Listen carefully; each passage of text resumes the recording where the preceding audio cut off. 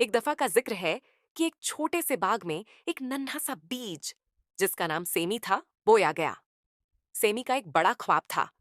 वह एक लंबा मजबूत दरख्त बनना चाहता था ताकि सब जानवरों को साया और पनाह दे सके। लेकिन रोजाना दूसरे पौधे उसका मजाक उड़ाते और कहते, तुम बहुत छोटे हो या तुम कभी कामयाब नहीं होगे।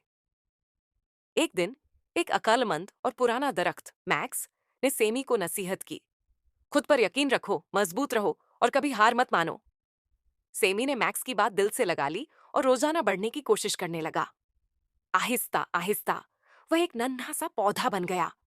मौसम बदलते गए और सेमी बढ़ता गया।